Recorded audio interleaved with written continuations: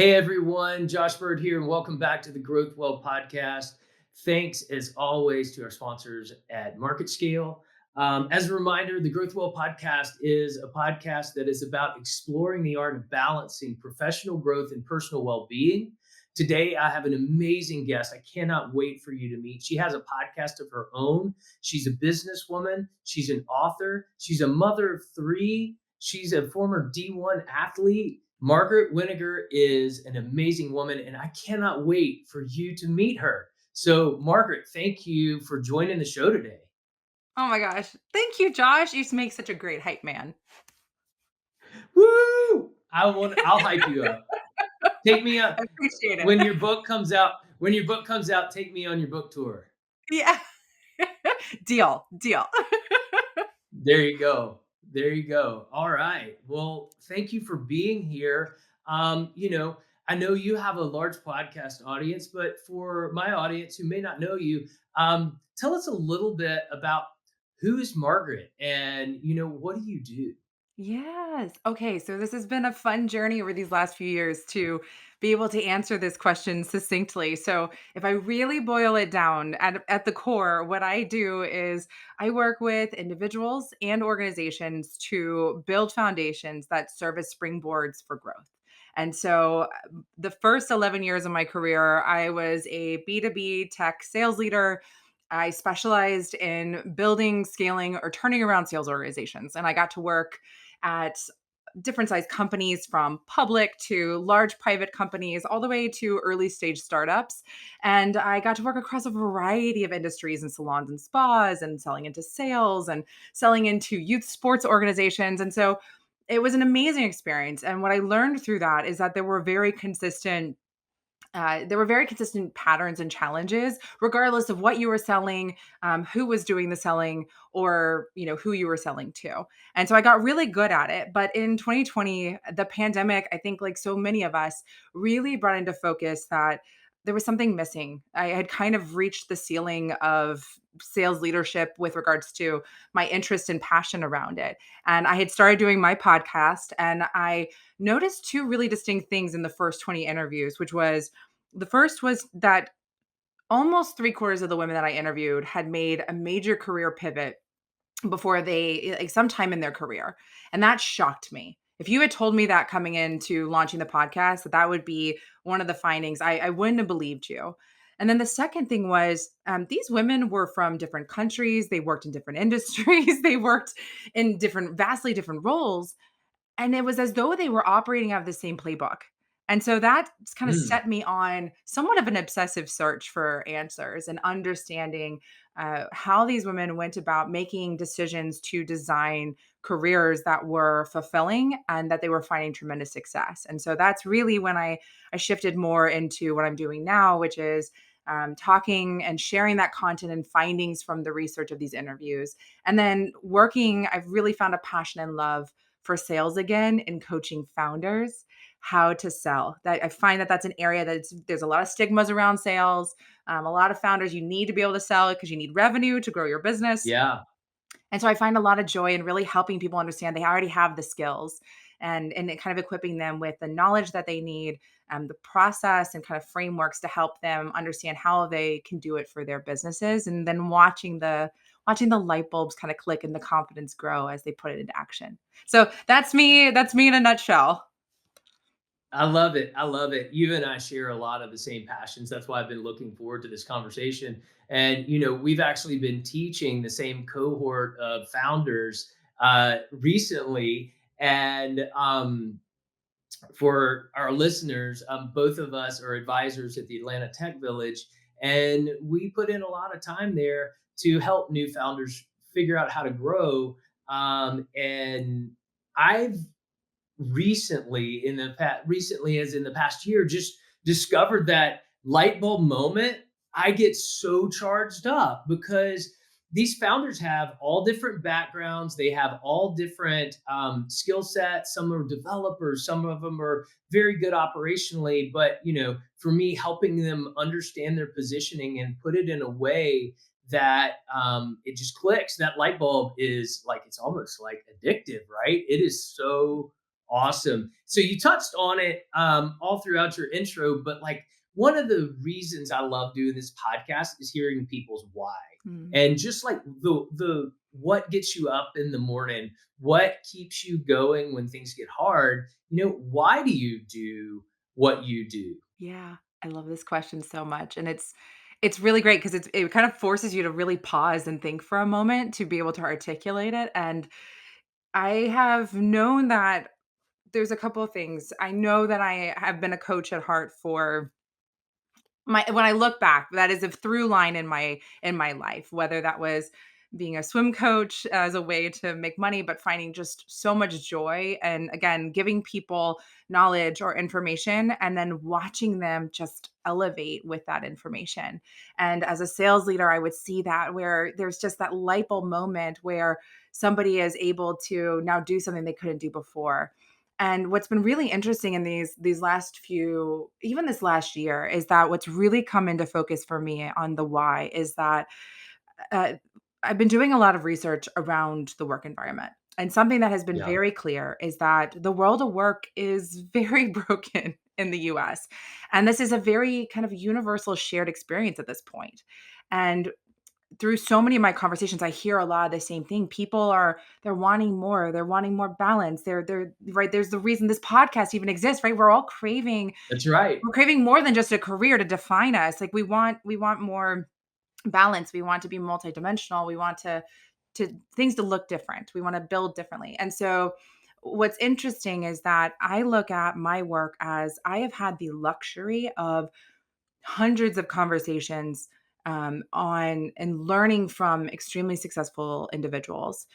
Through the research, I can see that there are very likely we've entered a new era of work. When we look at kind of typically how long Mm, an era of work is, we look at the rate at which technology is now starting to change again, and some of this friction that we're feeling is very much kind of a signal from entering this new era. But oftentimes businesses struggling to adapt, and so um, if we look historically, there's typically individuals who have surfaced that become faces of the era in the world of business that tell people kind of this is what good looks like. This is what best yeah. practices are. And then people follow suit from there. And so I this getting back to your question, my why is that the content that I create is designed to help individuals understand who they are as a person. It is to tap into Mm, knowing, what your strengths are, what your skill set is, and where do you really want to show up? What spaces do you want to be in? And that creates a ripple. And it is a small win. oh, And when thinking about very large problems, the best way to start is with small wins. And so when one person does that, that ripple, they're role modeling that for others. Their best self is showing up in spaces and impacting others in a positive way. And so you think about each time an individual makes that decision to invest the time to know themselves and then align that with what they're doing, that is going to compound over time. And my hope is that that is a catalyst for helping usher in this new era of work and helping us explore perhaps a more balanced, more human way that will move forward in the workplace. I love that. I often think about what they say on the airplane. When if you experience rough air and the masks come down, put your mask on first before you help others. And as a person who loves to serve and gets a lot of joy out of serving, I actually questioned that. And I asked my wife, I was like, no way, I'd help you, I'd help our kids before I put it on myself. And she goes, no, because if you become incapacitated, you can't help anybody. And Mhm. so the taking care of yourself in that moment or in your career or whatever is actually life giving to others, right? And that's just one scenario. But I think it works in business too, where if you're taking care of yourself and you're operating in areas of strength, we were talking before we hit record about the things we're discovering that just give us life every day. And if you are leaning into those things that give you life, I believe that it does create that ripple, and it's really powerful. Yeah. So Yeah. Well, and I'm knowing really why you're doing what you're doing, right? I mean, I think that's it. Like, You can choose to do something maybe that is a steady income because you know that it's serving a higher purpose. Like so much of this, right, is like coming back to that question you asked me just now. Like, do you know why you're doing what you're doing? Have you taken time to understand that? And Yeah. it's an empowered choice at that point rather than more of a reactive, I have to do this. But right, it's like making decisions, informed decisions, but rather than just Yeah. reacting to what's happening around us. Yeah. I've never thought of it that way, but I actually think that that's why I love working with entrepreneurs. They're choosing to do something that is maybe countercultural, that's big and scary and audacious. And I love coaching them and supporting them and cheering them on. And I've never actually thought about why I like working with entrepreneurs, but I think you just nailed it. It's that countercultural thing. Maybe it's my inner rebel and that I want to help somebody do something that's not normal. My whole life I've been, quote, not normal. And most of the time embraced it, and I love it. I think that for all of us, there have to be certain rituals and routines that kind of keep us grounded and growing healthy. Mm. And so both mentally and physically and in our businesses. So I'm curious, like, Mhm. what rituals and habits, routines do you have that actually lead you into that place of, overflowing where you're creating that ripple effect? Yeah. This has been a journey. I think one of the one of the nice things about what I used to do for work is that I would keep myself so busy, I didn't have time to really I didn't know myself. And the Mm, last 3 years, I've really shifted more into what I now understand to be more of a creative work style. And that is yeah. a process to just even, I think, come to peace with that you don't get to force your way through a creative process. And you don't get to decide when inspiration comes and when the well is dry. And kind of being okay, it's really been grounding and coming to peace with focusing on what is in my span of control and releasing what's not.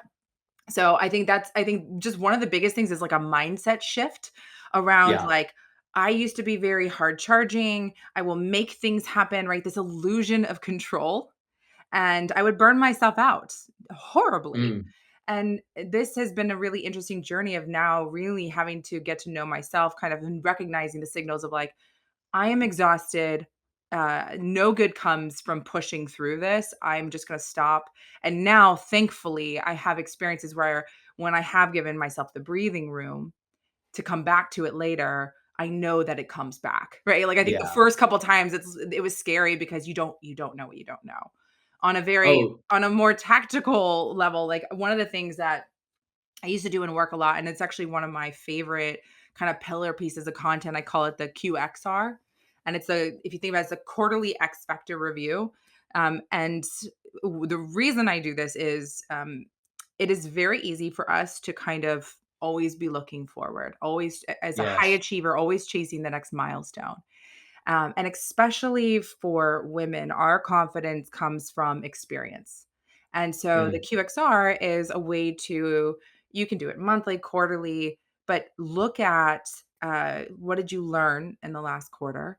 What did you accomplish in the last quarter? And the reason for the X is that it's intended to be life inclusive. So looking at right. all six dimensions of my life and really taking inventory of what has happened, what am I really excited about? What did I learn? And then I use that to then say, okay, how do I want to use that information to move forward? And all of that under kind of this umbrella of what is my vision for this year? What is my kind of directional goals and how are the things that I'm doing serving that? And perhaps what are the things that are taking me away from that maybe either I change, I get rid of, or there's a reason why I'm still doing it even if it doesn't serve this higher purpose. And so I found that's a really great way too to kind of ground myself in facts and not Yeah. get so spun up in how things might feel, but really looking at it. Because if you think about it, it's like even after the course of a year, you look at yourself like you have recency bias, right? We see ourselves relative to who we were last month. We don't look at ourselves and say we don't see where we were a year ago, and so it's really easy to diminish our growth, Yeah, diminish how far we've absolutely. come. So anyway, so that's one of the things I love sharing with people, talking to people about, but also something I've used a lot too as a way to claim what I've done, to Yeah. use information to help and move forward with intention, and also, um, just have like kind of again, right? I think remember that there was so much that has happened, kind of grounding myself back in facts. Yeah. It's so true. I talk a lot about, and I am in no way sponsored by Levenger to be clear, but Levenger makes a 5-year journal where you write 4 lines a day.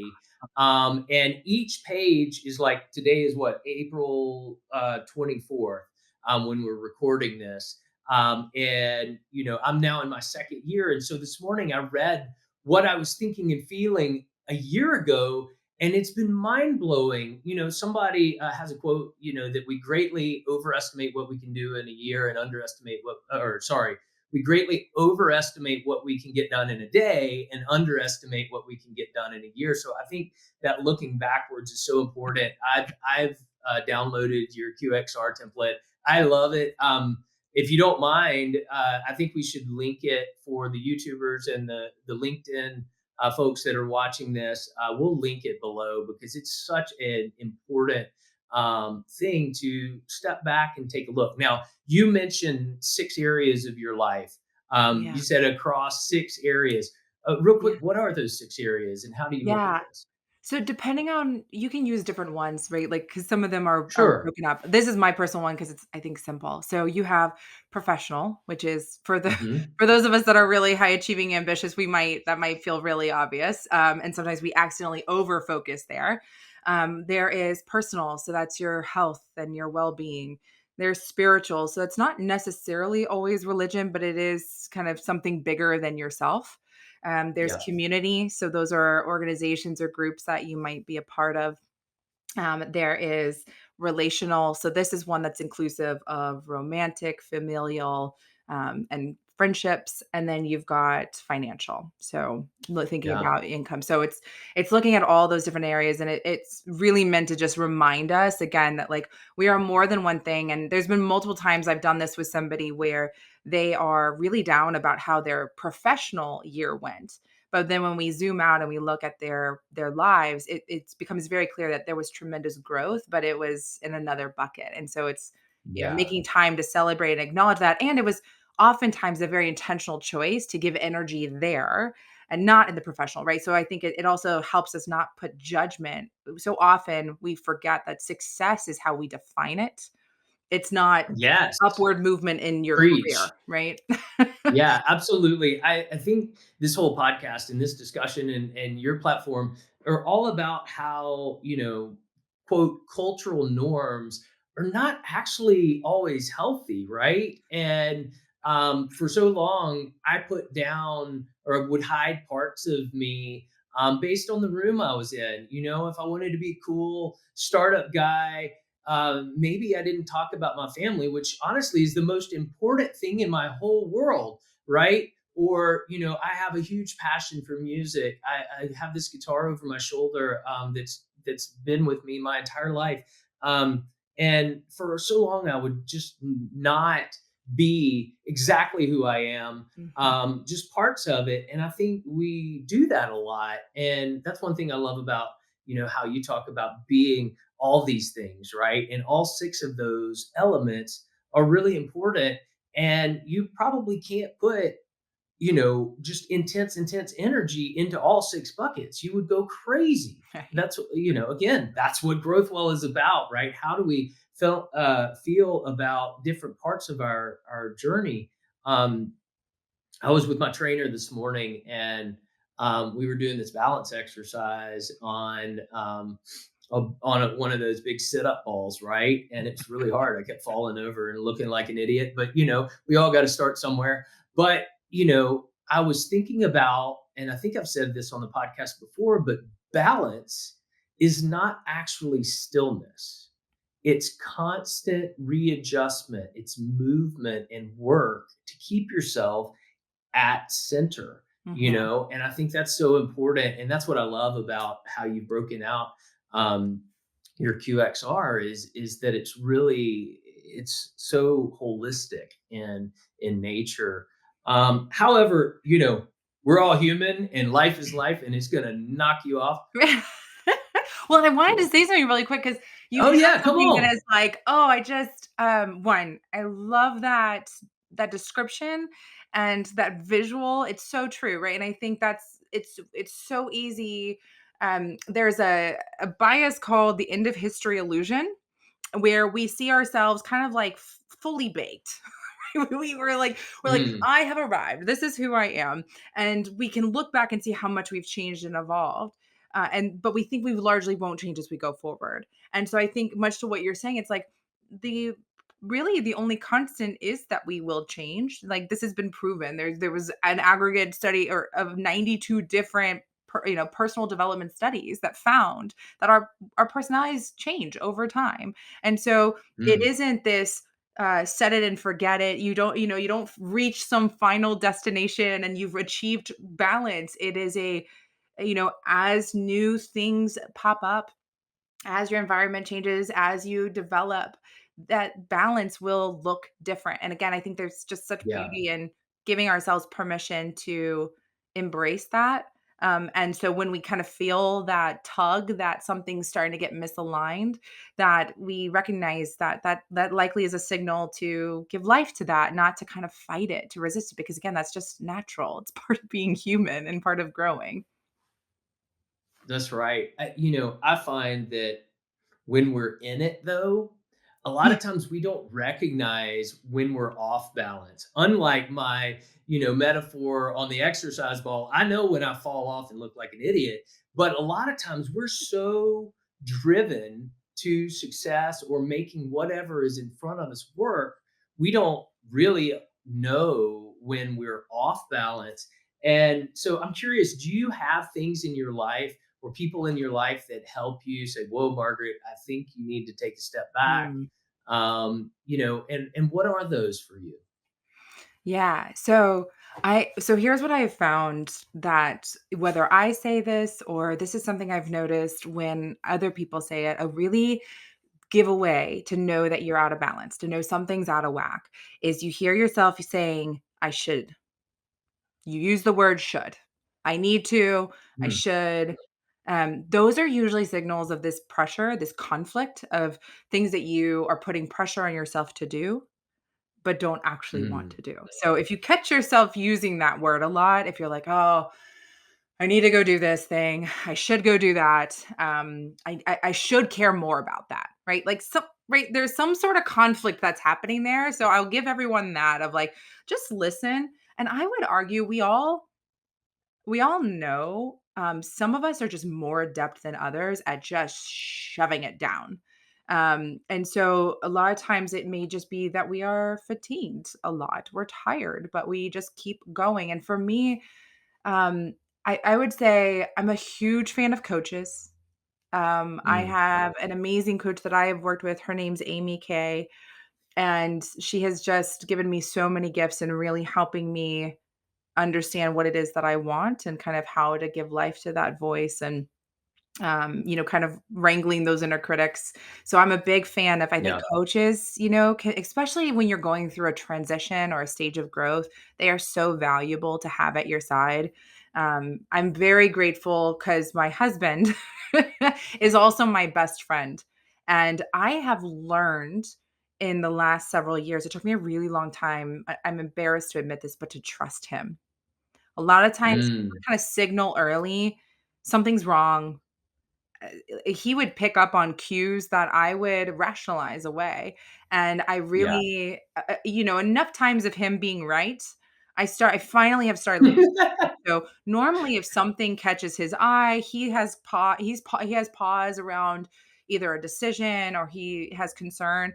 I've really started trusting and tuning into that, because he's a really valuable resource. So for me, I mean, I think that's the big thing. And then I've just really, I mean, I think that's some of what life experience gives us, right? It's like we kind of learn over time that, um, when we do certain things, we get feedback on how it went, and then we can adjust our behaviors accordingly going forward, and we can recognize the situations later, right? Like Daniel Pink wrote his book on the power of regret, and that was one of the things that regret teaches us is that we can recognize things better the next time, and we can make better Mm, decisions because we remember a choice we made before that we regretted and that we don't want to repeat those things again. So right. I think those are things for me. And then kind of the things that I listen for a lot of times when I'm talking with people is usually should is a dead giveaway.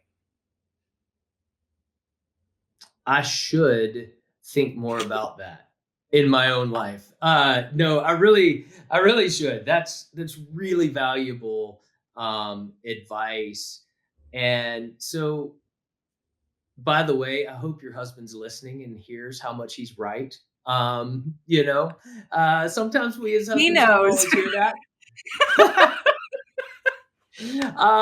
But that's an aside. When life does throw you curveballs, when you get that call Mhm. inevitably from the school that you need to come pick up one of your three kids and you're right in the middle of flow and it just throws you off, Mhm. what is your kind of go-to thing to bring yourself back in balance? Yeah. Oof. This is a hard one, because it's Yeah, still again, I think we're all I mean, I'm a very much work in progress here of aren't figuring we this all? out, and so I think there's a couple things. There's a forced perspective, which is, reminding myself like at the end of the day, this is not that important. Right? Like, Yeah, right, like the world is not going to stop turning because you can't finish what you're working on. that's right. I've also realized like people when you just communicate with them are very understanding and supportive if you have to adjust timelines or expectations. And I've actually started just building in better margin for myself so that I Mm, don't constantly put myself under immense pressure to get things done, to just build in for things like that unexpected, right? Because that's a constant. Like there are things that pop up. Um, and this isn't really what you're asking, but uh, I have been fired 3 times.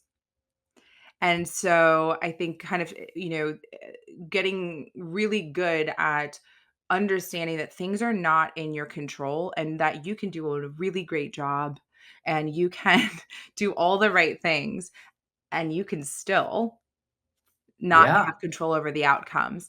And that's something that, I think because of that experience in sales leadership and now this research that I've done of like really understanding that that has nothing to do with me.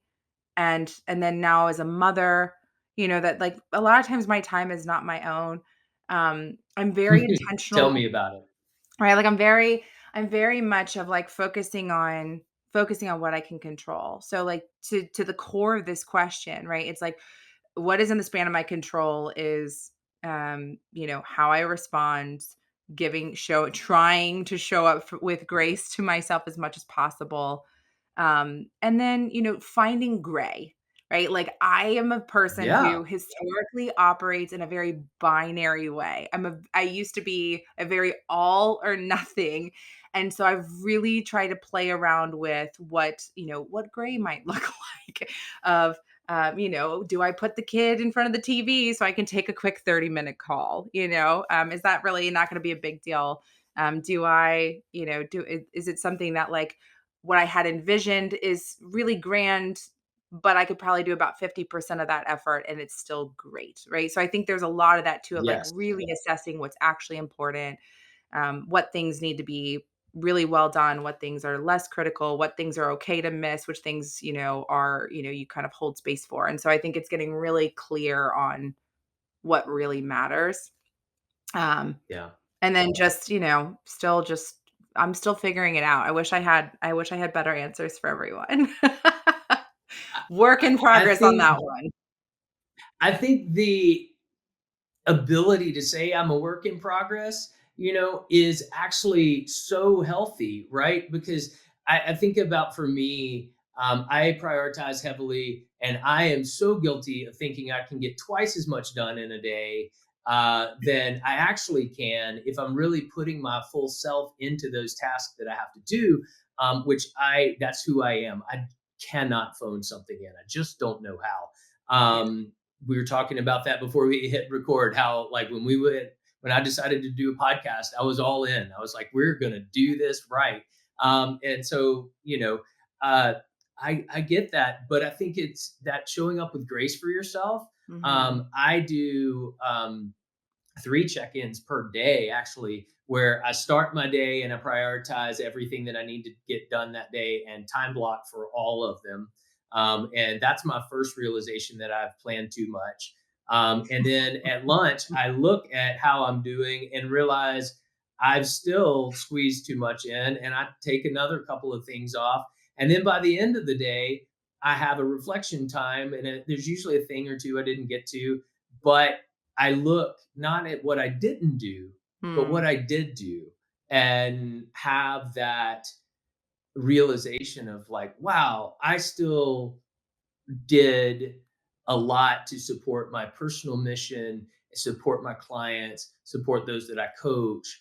And I was able to do that so I can go to bed or I can go have dinner with my family. Like dinner with my family is sacred. I Mhm. very, very rarely miss dinner with my family. Um, and so, but it's better when I can shut it down mentally as well. When I join them at the dinner table and I'm not, trying to solve a problem in the back of my head while I'm eating spaghetti with the kids. I really want to be investing in asking about their day, and, what's important to them. So, well, we could keep this conversation going forever, but I really want to point others towards advice that you have besides listening to your podcast and buying your book when it comes out, because it's just chock full of amazing advice. And I love how supported it is with research, not just your experience, but you're a very good researcher. And but what advice would you give others who are realizing that they really need to seek that balance between their professional growth and their professional life and their Mm. own personal well-being? Yeah, yeah. I mean, I think the first thing is I'm very excited if that is something that's kind of forefront of mind. So much of that is such a huge step is just giving life to that voice that's Mm, saying, and a lot of times like I think about how it would show up in my conversations with women, and a lot of times it was kind of calling them to more, right? It's like there's got to be yeah, more, or I want more. And so I think giving life to that voice is so unbelievably powerful. And remembering that um, exploring what it's telling you doesn't mean that there's any commitment. Right. So it's like sometimes just giving that life voice and just exploring and like letting things play out a little bit. So for example, a lot of times the first thing where people will start is um getting grounded in what's important to you, right? So like what are your personal values? What dimension of life is most important right now? What skills, what things give you energy, what things take your energy? And so really kind of taking the time to do that inventory, um, that is all kind of internal self work that you don't have to actually, publicly do anything outward, make any major decisions. But that's usually a really great a step to take that helps you start to think about, you know, what do I want to do with this information? How might I make yeah, some adjustments in the way that I'm doing things? Maybe again, right? What things do I that they just don't serve me anymore, right? It's not, those are places that maybe don't make sense for me to show up anymore because they don't give me energy, or what are the type of work that maybe that yeah. doesn't give me energy. So I think that would be my suggestion is like, great job. Keep giving life to that voice. Take time to do the internal work to understand who you are, and what's important to you now. And then armed with that information, then you can start thinking about what, kind of what does that look like, and what maybe changes do you want to make in your life to really honor the things that you now understand to be true about yourself. I love that advice. And one thing I would add to it that I've heard you say, so I'm giving you credit here, but choosing to go down a different path is not failure. I Yeah. think so often people want to switch careers. You talk a lot about that, or they want to do something different or explore something different. And they go from the personal work to, okay, I'm going to step out in faith and actually do this.